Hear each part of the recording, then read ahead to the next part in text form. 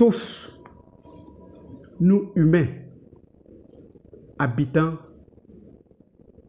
de cette terre, sommes malades. Et chacun à son niveau recherche le remède miracle, le succès. Et le succès a plusieurs définitions.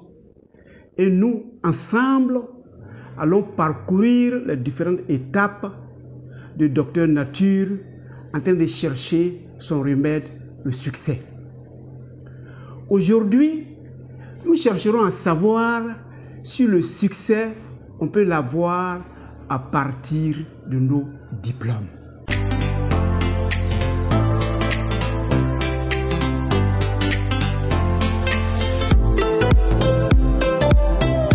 Bienvenue à Objectif Santé, votre chaîne de bien-être qui vous amènera à rechercher le succès de la meilleure manière. Et nous allons tous nous inspirer des expériences de Docteur Nature. À partir de ces expériences, chacun fera sa propre leçon.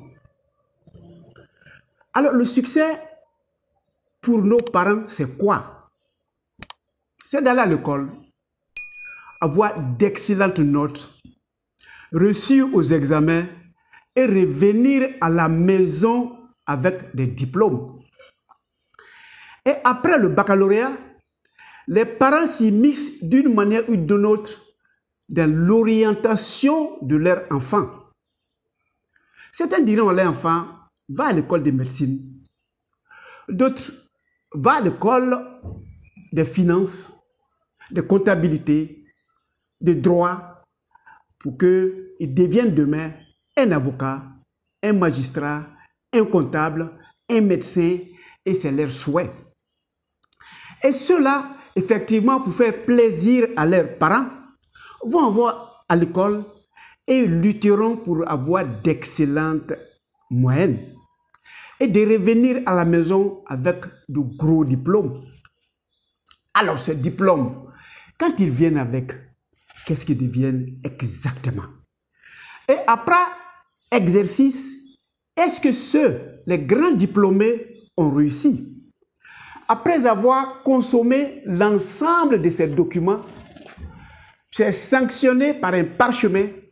Le parchemin dit désormais, tu es apte à devenir avocat, tu es apte à devenir magistrat, ou bien médecin, ou bien même comptable. Tu peux faire ton cabinet de comptabilité et tu vas travailler jusqu'à ta retraite. Ou bien tes forces se lâchent. Mais est-ce que c'est l'objectif? Est-ce que vous réussissez? Telle est la question que nous nous posons. Tous, nous, à un certain moment, nous avons couru derrière les diplômes. Et chacun de nous avait un idéal. Moi, j'avais un idéal que j'ai suivi depuis que je suis rentré en contact avec lui jusqu'à sa retraite. Et ensemble, nous allons partager l'histoire de cet exemple. Mais en attendant, cliquez sur s'abonner et sur la cloche. Et je souhaite que vous écoutiez cela pour vous permettre de vous orienter en fonction de vos aspirations. C'est un monsieur que j'ai connu quand j'étais allé en stage dans un service, dans un centre hospitalier et universitaire. Et il m'a adopté et j'ai eu le temps de le suivre. Il était admis à ce service en tant qu'externe. Après, il fait le concours de l'internat, il est admis, il reste dans le service et il devient médecin. Il exerce dans ce service très efficace. Il avance jusqu'à ce qu'il devienne professeur en médecine. Il est encore resté dans ce service jusqu'à ce qu'il devienne lui-même le chef de service. Il a fait ce qu'il pouvait et on a eu le temps de le suivre. Il a tellement bien fait qu'il a été nommé le directeur général de ce centre hospitalier et universitaire. J'ai eu le temps de le suivre encore. Et chez moi, avec ce parcours, au soir de sa vie, il doit être à l'abri du besoin. Au soir de sa vie, avant même d'aller à la retraite, le ministère de la Santé l'a appelé et il était dans un service là-bas. Évidemment, le ministre du temps se servait de son expérience et il va à la retraite. Et pour moi, c'est une excellente retraite. Alors, comme c'était un bosseur, j'ai voulu effectivement le ressembler. Donc, je suis allé un jour postuler à un poste dans un groupe médical privé pour occuper mes temps libres. Arrivé dans ce groupe médical, j'ai remarqué que le responsable du groupe médical a alloué des budgets aux différents services existants. Dans le service où moi j'étais admis, au départ, c'était une seule personne qui venait tout le temps et il travaillait 30 jours sur 30. Quand il a vu qu'il n'avait plus de force, il a demandé à ce qu'on étoffe son service de personnel et on lui a dit lui-même de trouver du personnel, mais il sera payé en fonction de ce que lui reçoit déjà. Donc cet homme avait le choix entre travailler pendant les 30 jours ou travailler à mi-temps.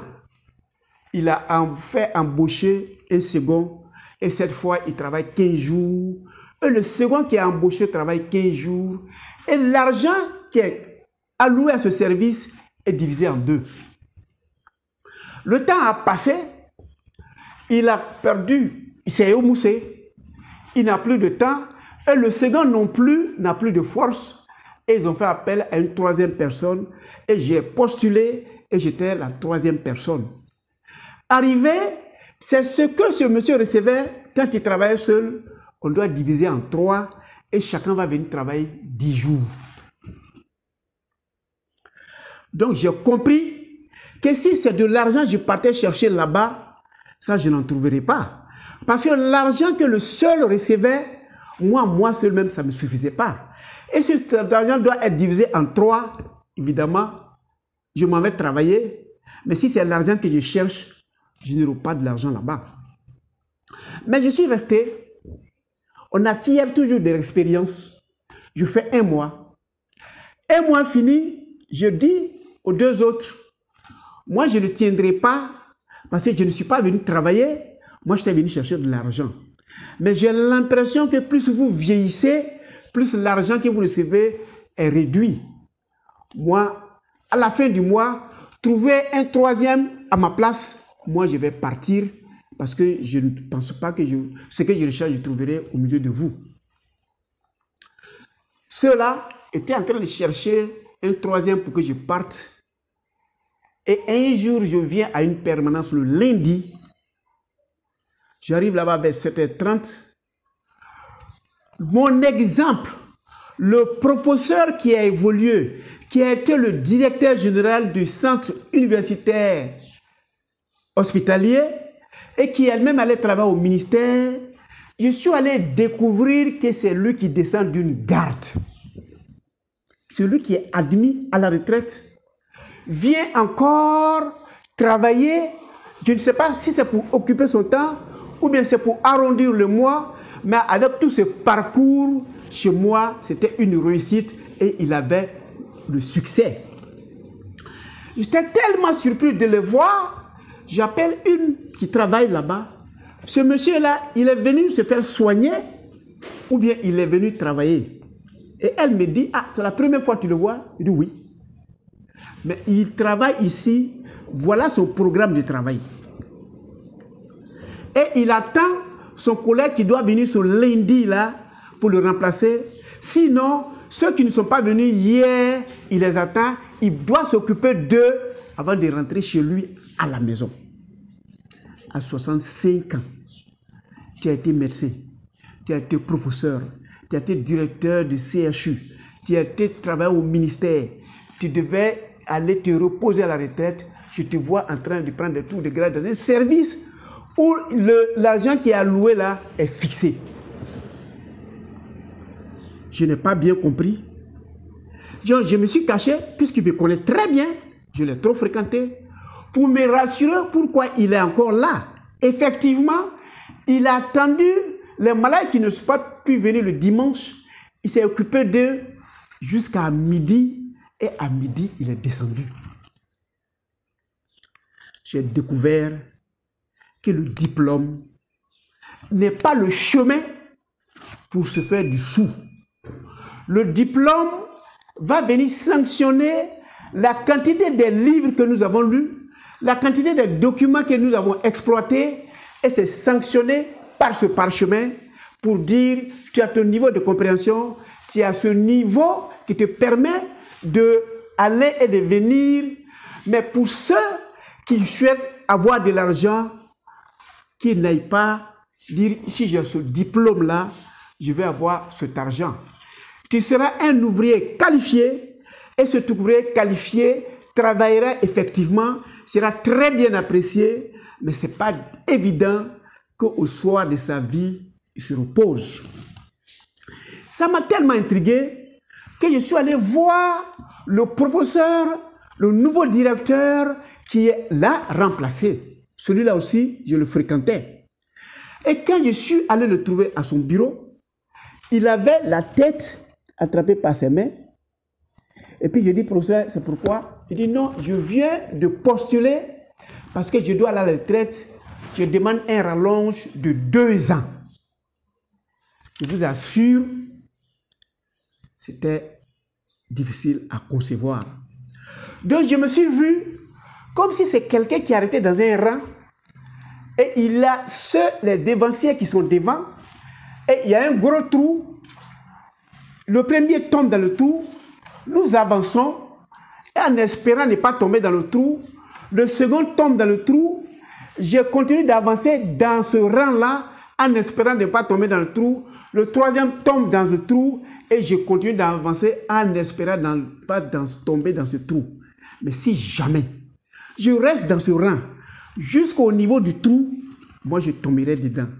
Je n'aimerais pas aller à une retraite où il faut travailler pour arrondir le mois.